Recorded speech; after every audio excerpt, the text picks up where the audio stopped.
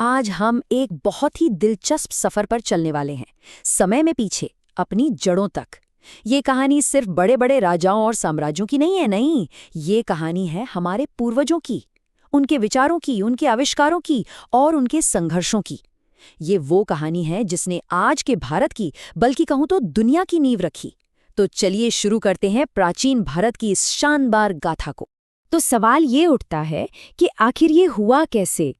कैसे वो शुरुआती इंसान जो पत्थरों से बस औजार बना रहा था, अचानक बड़े बड़े साम्राज्य बनाने लगा? मतलब पत्थरों को तराशने से लेकर सिंहासनों पर बैठने तक का ये सफर, ये कैसे तय हुआ? ये हजारों सालों में फैले विकास की एक ऐसी कहानी है जो सच में हैरान कर देती है। अच्छा, इतने लंबे सफर को समझने के लिए एक नक्शे की जरूरत तो पड़ेगी, है ना? तो ये टाइमलाइन ही हमारा नक्शा है। देखिए, हम शुरू करेंगे पाषाण युग की बिल्कुल धुंधली सी शुरुआत से, फिर पहुंचेंगे सिंधु घाटी के पहले शहरों में, उसके बाद वैदिक युग के नए विचारों को जानेंगे, फिर देखेंगे मौर्य जैसे बड़े बड़े साम्राज्यों का उदय, और आखिर में एक ऐसे दौर में पहुंचेंगे जहां अलग अलग संस्कृतियां आपस में घुल मिल रही थीं। तो तैयार है? चलिए पहले पड़ाव से ही शुरू करते हैं। तो हमारा पहला अध्याय, पत्थर से सभ्यता तक। ये वो वक्त है जब इंसानियत की कहानी की असल बुनियाद रखी जा रही थी। अब जरा इस बदलाव को देखिए। ये कोई छोटा मोटा बदलाव नहीं, बल्कि एक बहुत बड़ी छलांग थी। एक तरफ है पूरा पाषाण काल, जहां जिंदगी बस शिकार करने और खाना इकट्ठा करने तक सीमित थी। लोग गुफाओं में रहते थे, आज यहां तो कल कहीं और। लेकिन फिर आई नव पाषाण क्रांति, एक गेम चेंजर। इंसान अब सिर्फ खाना ढूंढ नहीं रहा था, बल्कि उसे उगा रहा था। खेती शुरू हो गई, मेहरगढ़ जैसे गांव बसने लगे, लोग एक जगह टिककर रहने लगे। और हाँ, औजार भी अब पहले से कहीं बेहतर थे। सच कहूं तो ये सिर्फ एक बदलाव नहीं था, ये मानव इतिहास की सबसे बड़ी क्रांति थी। इसी ने आगे आने वाली हर सभ्यता का रास्ता तैयार किया। खेती की उस क्रांति ने एक और बड़े कदम के लिए जमीन तैयार कर दी थी। तो चलिए अब दूसरे अध्याय पर चलते हैं और देखते हैं कि भारत की पहली शहरी क्रांति, मतलब पहले शहर कैसे बसे। और वो क्रांति थी सिंधु घाटी सभ्यता। जरा सोच कर देखिए, आज से लगभग 4,500 साल पहले की बात है ये। यहाँ के शहर अरे कमाल के थे, एकदम प्लान्ड। सड़कें एक दूसरे को 90 डिग्री पर काटती थीं, जैसे आज की ग्रिड सिटीज होती हैं। हर घर से ढकी हुई नालियां जुड़ी थीं। सोचिए, उस जमाने में ड्रेनेज और सैनिटेशन का ऐसा सिस्टम। यही नहीं, ये दुनिया में सबसे पहले कपास उगाने वाले लोग थे। और इनका ट्रेड पता है कहाँ तक था?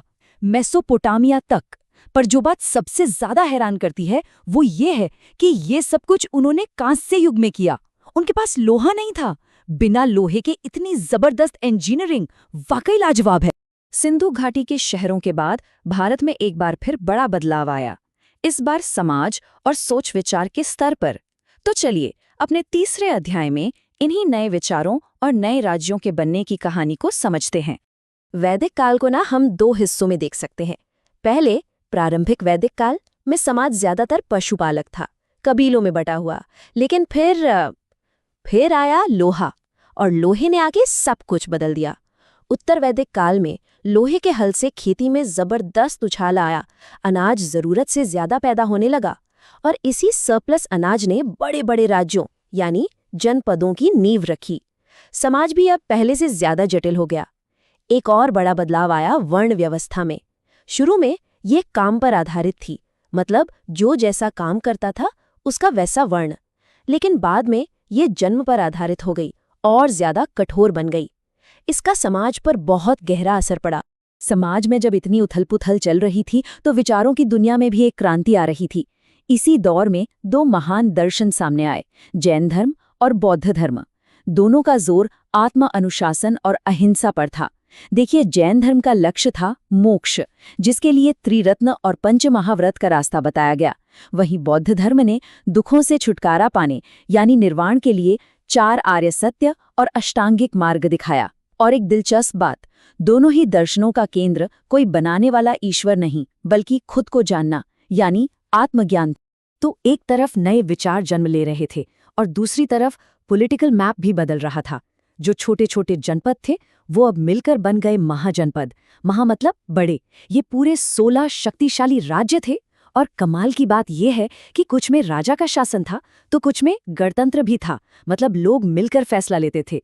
ये भारत में बड़े ऑर्गेनाइज्ड राज्यों की शुरुआत थी और यहीं से, इन्हीं के आपसी टकराव से भारत के पहले साम्राज्य की कहानी शुरू होती है। और जैसा मैंने कहा, उन्हीं महाजनपदों के संघर्ष से निकला भारत का पहला महान साम्राज्य। तो चलिए अब चौथे अध्याय में साम्राज्यों के इस सुनहरे दौर में गोता लगाते हैं। मगध नाम के महाजनपद से उभरा मौर्य साम्राज्य। ये भारत का पहला पैन इंडियन एम्पायर था जिसने लगभग पूरे उपमहाद्वीप को एक कर दिया।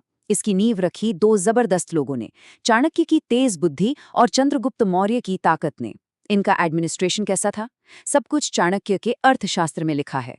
एक सेंट्रलाइज सिस्टम, एक तगड़ा जासूसी नेटवर्क और एक बहुत बड़ी ब्यूरोक्रेसी। लेकिन इस वंश के सबसे मशहूर राजा हुए अशोक, जिन्होंने कलिंग की भयानक लड़ाई के बाद जीत का रास्ता छोड़कर धम्म का रास्ता अपना लिया।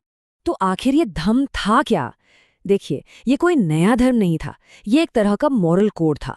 राज करने का एक ऐसा तरीका जो अहिंसा, बड़ों का आदर, सहनशीलता और सबकी भलाई पे जोर देता था। और अपने इस मैसेज को आम लोगों तक पहुंचाने के लिए अशोक ने क्या किया? उन्होंने पूरे साम्राज्य में पत्थर के खंभों और चट्टानों पर अपने संदेश खुदवाए, जो आज भी हमें उनकी सोच के बारे में बताते हैं।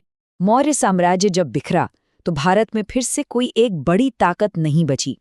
ये दौर एक तरह का इंटरवल था, एक मध्यांतर, जहां अलग-अलग संस्कृतियां एक दूसरे से मिल रही थीं।